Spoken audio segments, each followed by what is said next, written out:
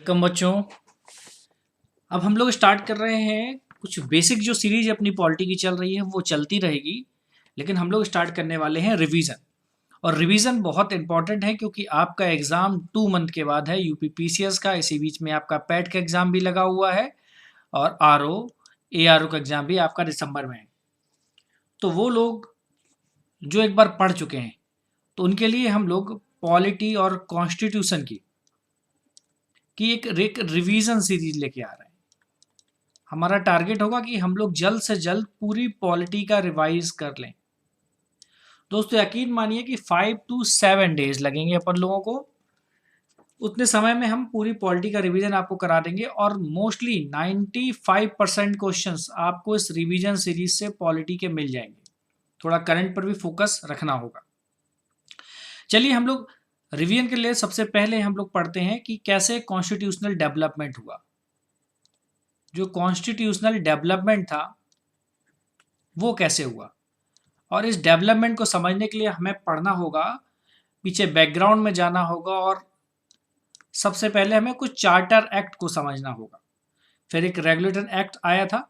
तो सबसे पहले हम लोग बात करेंगे 1600 एडी की। 1600 में एक चार्टर जारी किया गया। एक चार्टर जारी किया गया मैडम एलिजाबेथ के द्वारा। ठीक है, तो एलिजाबेथ आपको याद रखना है। एलिजाबेथ फर्स्ट थी ये, जिन्होंने पूर्व के देशों के साथ ईस्ट इंडिया कंपनी को ट्रेड करने के लिए एक अनुमति पत्र दिया, एक चार्टर दिया। तो क्या कहा इन्होंने कि ईस्ट के साथ ट्रेड करना, ईस्ट के साथ, ईस्ट मतलब जो ईस्ट कंट्रीज हैं, ईस्ट के साथ ट्रेड के लिए चार्टर था। ठीक है, अब यहां पर जो ट्रेड के लिए चार्टर दिया गया था। फिर 1773 की बात करते हैं। 1773 एडी की हम लोग बात करते हैं। यहां पर आया एक रेगुलेटिंग एक्ट। यहां पर क्या आया? Regulating act. ये जो रेगुलेटिंग एक्ट था, ये कंपनी की गतिविधियों को रेगुलेट करना मतलब नियंत्रित करने का पहली बार एक प्रयास किया गया कि क्या होना चाहिए भैया, कि कंपनी के कार्यों को नियंत्रित करो। इसमें क्या कहा गया कि भैया क्या करो, कंपनी के कार्यों का नियंत्रण ब्रिटिश पार्लियामेंट के द्वारा करने की कोशिश किया गया। ठीक है, कार्यों का नियंत्रण, और नियंत्रण कौन कर रहा है? British parliament. ब्रिटिश पार्लियामेंट, यहां बी का मतलब ब्रिटिश हो गया। ठीक है, ये ब्रिटिश सरकार का पहला कदम था कि कंपनी को, ईस्ट इंडिया कंपनी को रेगुलेट करने का काम कर रहे थे। ठीक है, अब इससे क्या होगा, कंपनी के प्रशासनिक और जो राजनीतिक कार्य थे उनको मान्यता मिल जाएगी, वैलिडिटी मिल जाएगी। ठीक है, तो किस चीज को मान्यता मिली? कंपनी के राजनीतिक और जो प्रशासनिक कार्य थे उनको यहां से मान्यता मिलनी शुरू हो जाती है। ठीक है, और भारत में केंद्रीय प्रशासन की नींव इसी एक्ट के द्वारा रखी गई। केंद्रीय प्रशासन की नींव। ठीक है, तो केंद्रीय प्रशासन कहां से स्टार्ट होता है या उसकी नींव कहां से रखी गई? तो आपको आंसर होना चाहिए 1773 का रेगुलेटिंग एक्ट। ठीक है, अब इस एक्ट में क्या कहा गया कि सुनो, बंगाल में इससे पहले गवर्नर हुआ करता था। बंगाल में क्या होता था? बंगाल, बी से बंगाल, बंगाल में जो गवर्नर था, अब इस एक्ट के द्वारा उसको क्या बना दिया गया? उसे बंगाल का गवर्नर जनरल बना दिया गया। बंगाल का जीजी, जीजी मतलब गवर्नर जनरल बना दिया गया। ठीक है, तो पूछा जाएगा पहला गवर्नर जनरल कौन था बंगाल का? तो आप बताएंगे वॉरेन हेस्टिंग्स। वॉरेन हेस्टिंग्स, ये नाम आपको याद रखना है, ये जहन में आ जाना चाहिए। वॉरेन हेस्टिंग्स बहुत इंपॉर्टेंट है।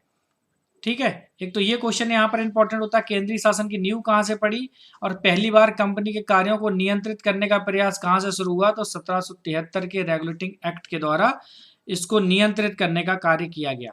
अब ये जो वॉरेन हेस्टिंग्स था, ये जो वॉरेन हेस्टिंग्स था, इसकी सहायता के लिए एक 4 सदस्यों की परिषद थी, प्लस इसके 4 सदस्य थे। इसके लिए 4 सदस्यीय एक परिषद बनाई गई कि भैया एक गवर्नर जनरल होगा, 4, टोटल हो गया 5। ठीक है, और यहीं पर कहा गया कि इसके अधीन मद्रास और बंबई के गवर्नर होंगे। मद्रास और जो बंबई है, अब वो इसके अधीन होगा। तो इसके जो गवर्नर होंगे वो उसके अंतर्गत आएंगे। ठीक है। एक और क्वेश्चन होता है कि इसी एक्ट के द्वारा 1773 के एक्ट के द्वारा ही 1774 में कलकत्ता में एक हाई कोर्ट की स्थापना की गई। कलकत्ता में, सॉरी ये हाई कोर्ट बोल दिया मैंने, एक सुप्रीम कोर्ट की स्थापना की गई। सुप्रीम कोर्ट की स्थापना का प्रोविजन किया गया। ठीक है। यहां पर भी क्या होता था, एलेजा एम्पे का नाम याद रखना है, एलेजा एम्पे, एम्पे का नाम याद रखना है, एलेजा। ठीक है। एलेजा एम्पे यहाँ के चीफ जस्टिस थे और इनकी सहायता के लिए क्या थे, प्लस थ्री अदर जजेस भी थे। ठीक है। इसी एक्ट के द्वारा 1773 के एक्ट के द्वारा क्या किया गया, कंपनी के जो अधिकारी थे अब वो किसी से गिफ्ट नहीं ले सकते थे। ठीक है। मतलब कंपनी के जो कर्मचारी थे, कंपनी के कर्मचारी, ठीक है, इन पर क्या लगा दिया गया, इनके निजी व्यापार, ये अपना खुद का ट्रेड नहीं कर सकते थे, ये इंडिया से माल खरीदा करते थे सस्ते में और वहां पर ब्रिटेन ले जाके महंगे दामों में बेच दिया करते थे, उससे काफी बड़ा मुनाफा हुआ करता था। तो निजी व्यापार को यहाँ रोकने की कोशिश होती है और ये लोग किसी से गिफ्ट नहीं ले पाएंगे। ठीक है। उपहार लेने पर प्रतिबंध इस एक्ट के द्वारा किया गया, लेकिन रियल में ऐसा नहीं हुआ होगा। कंपनी के निजी व्यापार पर तो प्रतिबंध लग गया था, लेकिन उपहार लेने पर प्रतिबंध नहीं लगता। हम लोग उसकी बाद में बात करेंगे, जब हम लोग हिस्ट्री को देख रहे होंगे वहां पर समझेंगे उसको। ठीक है। फिलहाल बस आपको इतना जानना है किसमें क्या चीज है। ठीक है। अब जो कंपनी पर नियंत्रण था वो कोर्ट ऑफ डायरेक्टर्स के द्वारा था। Court of directors, court of directors के द्वारा अब नियंत्रण शुरू किया गया कंपनी पर। ठीक है। इसके द्वारा इसमें ब्रिटेन के बड़े जाने माने लोग, सांसद लोग इसमें शामिल हुए थे करते थे। ठीक है। अब जो कोर्ट ऑफ डायरेक्टर्स था वो तीन चीजें देखा करता था। अब ये जब नियंत्रण कर रहा है तो इसके अंदर में कुछ ना कुछ तो किया गया होगा। तो वो तीन चीजें कौन कौन सी थी, पहला था राजस्व, कि भैया राजस्व देखोगे आप कि रेवेन्यू का कलेक्शन कैसे हो रहा है। ठीक है। दूसरा आप सिविल मैटर देखोगे, सिविल मैटर, सिविल मैटर मतलब नागरिक संबंधित मामले जो थे। तो रेवेन्यू देखोगे आप, सिविल मैटर देखोगे, और मिलिट्री देखोगे, आर्मी मतलब सैन्य मामले।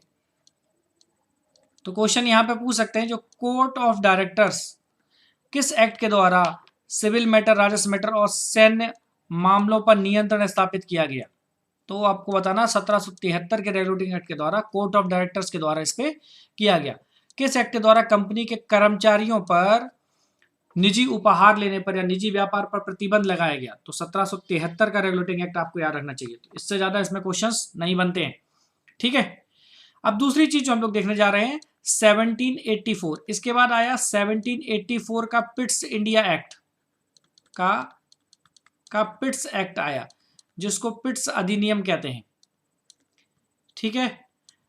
इससे पहले रेगुलेटिंग एक्ट था, अब ये क्या है, पिट्स इंडिया एक्ट है, याद रखना है 1784 को। अब ये क्यों लाया गया, इससे पहले भी एक एक्ट आया हुआ है, 1784 से पहले भी एक एक्ट आया। अगर थोड़ा सा बैकग्राउंड में जाके अगर आप देखेंगे कि इसके बैक में जाके चेक करें तो ऐसा क्या था, क्या हुआ कि 1773 की कमियों को दूर करने के लिए, 1773 की कमियों को दूर करने के लिए, जो उस एक्ट में कमियां रह गई थी, ठीक है, तो इन कमियों को दूर करने के लिए 1781 में एक एक्ट लाया था, इसको एक्ट ऑफ सेटलमेंट कहते हैं। 1781 में एक्ट ऑफ सेटलमेंट आया, एक्ट ऑफ सेटलमेंट आया। ठीक है। इसके बाद आया, पहले ये आया, इसके बाद आया ये 1784 का पिट्स एक्ट। ठीक है। अब यहां पर इस एक्ट के द्वारा क्या गया, कंपनी के जो पॉलिटिकल काम थे, जो राजनीतिक काम थे, उनको अलग किया गया और जो वाणिज्यिक काम थे उनको अलग करने की यहां पर कोशिश की गई। ठीक है। कि इससे क्या होगा, तो इस एक्ट के द्वारा दो काम किए गए, इनके जो कॉमर्शियल काम थे, जो व्यापारिक काम थे, ठीक है, या राजनीतिक काम थे, एक तो इनके राजनीतिक और दूसरा इनके कॉमर्शियल कार्य को मतलब वाणिज्यिक कार्य, इन दोनों को क्या कर दिया गया, इनका सेपरेशन किया गया, इनको पृथक कर दिया गया। अब भैया अलग अलग करोगे। ठीक है। अब इसके लिए क्या किया गया, जब अलग करने हैं आपको काम, तो यहाँ पर एक निदेशक मंडल की स्थापना की गई। ठीक है, तो दो चीजें आपको याद रखना है 1784 के एक्ट के तहत। मैं आपको पेन चेंज करके लिख रहा हूँ ताकि आपको वो चीजें आसानी से समझ में आए। पहले जो स्थापना की गई कि भैया व्यापारिक मामलों को कौन देखेगा, ये जो व्यापारिक कार्य थे या जो वाणिज्यिक कार्य थे, इनको भैया देखेंगे अपने डायरेक्टर या निदेशक मंडल देखेगा, इसको देखेंगे भैया निदेशक मंडल देखेंगे। ठीक है, और राजनीतिक मामलों के लिए क्या बनाया गया, एक बोर्ड ऑफ कंट्रोल की स्थापना की गई। बहुत इंपॉर्टेंट है, पूछेंगे बोर्ड ऑफ कंट्रोल की स्थापना किस एक्ट के तहत की गई। यहां पर आया बोर्ड ऑफ कंट्रोल। ठीक है, तो राजनीतिक मामलों के लिए बोर्ड ऑफ कंट्रोल और वाणिज्यिक मामलों के लिए एक निदेशक मंडल या डायरेक्टरेट की स्थापना की गई। तो किस एक्ट के द्वारा की गई, ये बहुत इंपॉर्टेंट एक्ट है। तो एक क्वेश्चन यहां पर बनता है इसका और एक क्वेश्चन यहां पर बनता है। ठीक है, किस एक्ट के द्वारा सेपरेशन किया गया, किसको कौन सी पावर दी गई कंट्रोल करने के लिए। अब ये देख रहे हो दो अलग अलग चीजें, इन दोनों का मतलब क्या है, कंपनी एक, शासन एक, लेकिन काम करने के तरीके अलग अलग। एक राजनीतिक काम देखेगा और एक वाणिज्यिक काम देखेगा। तो यहीं से अगर देखा जाए तो द्वैध शासन की व्यवस्था का शुभारंभ है। यहीं से क्या है, द्वैध शासन व्यवस्था की शुरुआत। तो किस एक्ट के द्वारा शुरुआत मानी जाती है, अगर पूछा जाए शुरुआत, तो 1784 के तहत। ठीक है, अब इस एक्ट में क्या हुआ कि कंपनी के अधीन बहुत बड़ा ब्रिटिश क्षेत्र था, तो अब कंपनी के कार्यों पर प्रशासन का पूर्ण नियंत्रण हो गया। तो इसी के द्वारा क्या हुआ, जो था कि कंपनी के कार्य कैसे हैं, तो इस एक्ट के द्वारा क्या किया गया, कंपनी के कार्यों पर और प्रशासन पर पूर्ण नियंत्रण लाने की कोशिश की गई। तो किस एक्ट के द्वारा ये कोशिश की गई, क्वेश्चंस पूछ सकते हैं। तो यहां पर ये लाइन बहुत इंपॉर्टेंट है, आपको याद रखना 1784 का पिट्स इंडिया एक्ट बहुत इंपॉर्टेंट है। अब जो नेक्स्ट चीज हम लोग देखने जा रहे हैं वो है 1833 का चार्टर एक्ट। ये 1833 का चार्टर क्या था, 1833 का चार्टर। अब चार्टर एक्ट आ गई, अभी तक क्या चल रहे थे, रेगुलेटिंग एक्ट चल रहे थे, अब चार्टर एक्ट की शुरुआत हो रही है। अब 1833 का चार्टर एक्ट क्या कहता है कि ब्रिटिश भारत का केंद्रीकरण करना है। क्या करना है, इस एक्ट के द्वारा ब्रिटिश भारत का केंद्रीकरण। क्वेश्चन पूछेंगे किस एक्ट के तहत ब्रिटिश भारत का केंद्रीकरण किया गया, तो आपको बताना है 1833 के एक्ट के तहत ब्रिटिश भारत का केंद्रीकरण किया गया। ठीक है, केंद्रीकरण कैसे किया, हमने थोड़ी देर पहले बात की थी 1773 के रेगुलेटिंग एक्ट में कि जो बंगाल का गवर्नर था उसे बंगाल के गवर्नर को बंगाल का गवर्नर जनरल बना दिया गया और बाकी गवर्नर्स पर उसे प्रभावी शक्ति दे दी गई। अब क्या था, बंगाली इनका सत्ता का केंद्र बना हुआ था, तो बंगाल का जो गवर्नर जनरल था, बंगाल का जीजी, अब क्या हो गया, अब भारत का जीजी हो गया। ये क्या हो गया, भारत का जीजी हो गया, भारत का गवर्नर जनरल हो गया। तो किस एक्ट के तहत बंगाल के गवर्नर जनरल को भारत का गवर्नर जनरल बनाया गया, क्वेश्चन बनता है यहां पर। गलत नहीं होना चाहिए, क्वेश्चन की प्रैक्टिस नहीं करनी है अपन को। क्वेश्चन की प्रैक्टिस के लिए आपको सिर्फ पुराने जो क्वेश्चंस पेपर आए हुए हैं वो देखने, बाकी आपको थ्योरी पर फोकस करना है, नहीं तो आपका पेपर गलत हो जाएगा। ठीक है, तो भारत का जीजी हो गया। ठीक है, तो अब ये जो जीजी बन गया भारत में, अब इसमें दो चीजें दी गई, इसमें को सभी नागरिक पावर दिए गए, सभी नागरिक अधिकार दिए गए, और इसमें सभी सैन्य अधिकार भी दिए गए, इसको सैन्य अधिकार भी दिए गए। तो नागरिक अधिकार सैन्य अधिकार दोनों दे दिए गए। तो क्वेश्चन होता है कि भारत का पहला जीजी कौन था, भारत का पहला जीजी कौन बना, तो आप बताएंगे विलियम बेंटिंग। कौन बना, विलियम बेंटिंग भाई साहब वो व्यक्ति थे जो भारत के पहले गवर्नर जनरल बने। मोस्ट इंपॉर्टेंट क्वेश्चन है ये सब बहुत इंपॉर्टेंट क्वेश्चंस हैं। अब पूछेंगे किस एक्ट के तहत नागरिक और सैन्य अधिकार भारत के गवर्नर जनरल को दे दिए गए, भारत के गवर्नर जनरल को दे दिए गए, अभी सब अलग अलग थे, तो 1833 के चार्टर एक्ट के द्वारा दिए गए। तो ये बहुत इंपॉर्टेंट क्वेश्चन है, ध्यान रखना। किस एक्ट के द्वारा भारत के प्रथम गवर्नर जनरल को नागरिक और सैन्य अधिकार दिए गए, 1833 का चार्टर एक्ट। ठीक है, इस एक्ट के द्वारा एक बहुत इंपॉर्टेंट काम हुआ भारत में कि कंपनी की व्यापारिक गतिविधियां जो थी, जो व्यापारिक गतिविधियां थी कंपनी की, उनको क्या किया गया, उनको समाप्त कर दिया गया। क्या भैया अब आगे नहीं होंगे। अब कंपनी पूरी तरह से, ठीक है, अब ये पूरी तरह से प्रशासनिक निकाय बन गई थी। क्या हो गई थी ये, पूरी तरह से प्रशासनिक निकाय हो गई है, ठीक है। ट्रेड करना बंद कर दिया गया। क्या हुआ, इस एक्ट के द्वारा ब्रिटेन में अब कंपनी के अलावा, अब कंपनी को हटा के ब्रिटेन से अब और भी कंपनियां ट्रेड के लिए आ गई। तो कंपनी से कहा गया अब तुम केवल एडमिनिस्ट्रेशन पर फोकस करो। तो इनका ध्यान क्या था, एडमिनिस्ट्रेशन पे था, रेवेन्यू कलेक्शन पे थे खासतौर से, ठीक है।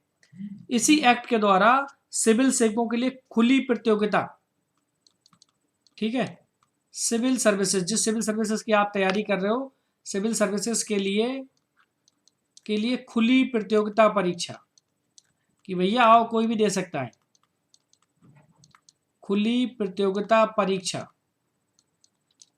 ठीक है, का आयोजन प्रावधान किया गया, लेकिन का प्रोविजन किया गया, लेकिन कोर्ट ऑफ डायरेक्टर्स ने विरोध किया, ठीक है। तो नोट रखना है आपको, नोट याद रखना है, कहां पर प्रोविजन किया गया, किस एक्ट के द्वारा, तो याद रखना है, ओपन जो परीक्षा की प्रोसेस थी वो 1833 एक्ट के द्वारा सिविल सर्विस के लिए शुरू करी गई थी, लेकिन जो कोर्ट ऑफ डायरेक्टर्स थे बहुत कमीने थे, ठीक है। तो कोर्ट ऑफ डायरेक्टर्स ने क्या किया, इनका विरोध किया। कोर्ट ऑफ डायरेक्टर्स के विरोध के कारण ये प्रोविजन समाप्त हो गया। इस प्रोविजन को समाप्त कर दिया गया। तो बड़ा इंपॉर्टेंट है, आप बात समझिए। वो सोच रहे थे कोर्ट ऑफ डायरेक्टर्स की क्या होगा कि इससे तो भारतीय भी यहां पर आ सकते हैं, भारत के लोग भी एडमिनिस्ट्रेशन में आ जाएंगे, तो जो बेनिफिट्स उनके लोगों को मिल रहे थे वो तो हट जाएंगे।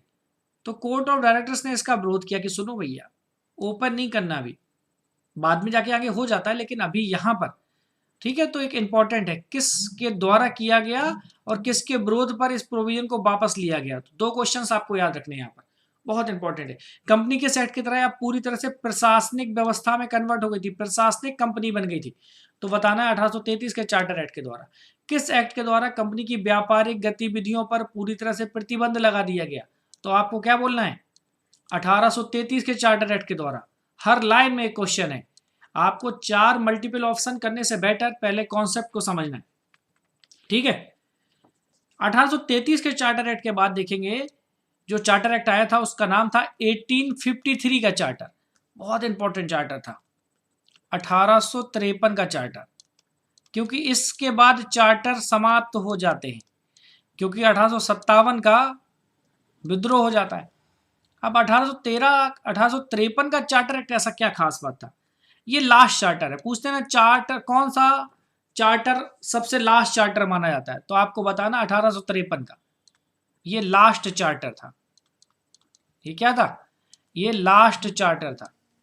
आपको सबसे इंपॉर्टेंट चीज याद रखनी है, ये सबसे इंपॉर्टेंट है कि ये लास्ट चार्टर था, ठीक है। अब इस एक्ट के द्वारा क्या किया गया, लास्ट चार्टर। अब पहली बार गवर्नर जनरल की जो परिषद के उसके विधायी, जो गवर्नर जनरल की काउंसिल थी, जीजी की काउंसिल थी, जो इसकी काउंसिल थी, इस काउंसिल की विधायी और प्रशासनिक कार्य,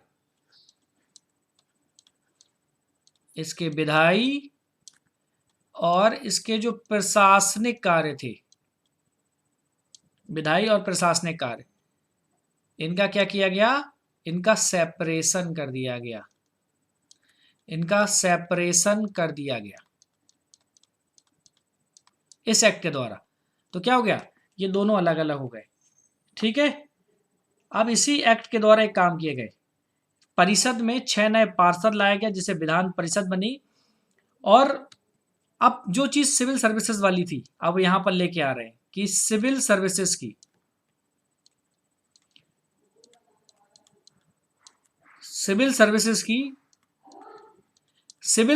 की भर्ती की जो परीक्षा थी, जो भर्ती की प्रक्रिया थी, उस पर यह बात सामने आई कि अब लोगों को इसमें टेक्स पार्ट करने के लिए खुली भर्ती शुरू हो रही है। जब भी खुली भर्ती शुरू होगी, मतलब अब ब्रिटिश एडमिनिस्ट्रेशन चाहता था कि थोड़ा बहुत भारतीयों की भागीदारी हो, अभी वो सोच रहे थे, ठीक है। तो भर्ती और चयन के लिए प्रोसेस किया जा रहा है, भर्ती एवं चयन के लिए क्या किया जा रहा, एक खुली प्रतियोगिता व्यवस्था, खुली प्रतियोगिता व्यवस्था की शुरुआत की जा रही है। खुली प्रतियोगिता व्यवस्था अब ये यहां पर लेके आ रहे हैं, ठीक है। इसको मैं रेड लाइन से कर रहा हूं, ध्यान दीजिएगा।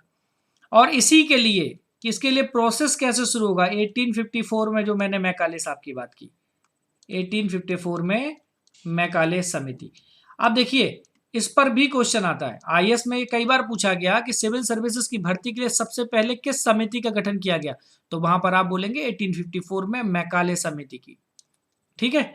किसके द्वारा पहली बार खुली प्रतियोगिता व्यवस्था शुरू करी गई, 1853 में, ठीक है।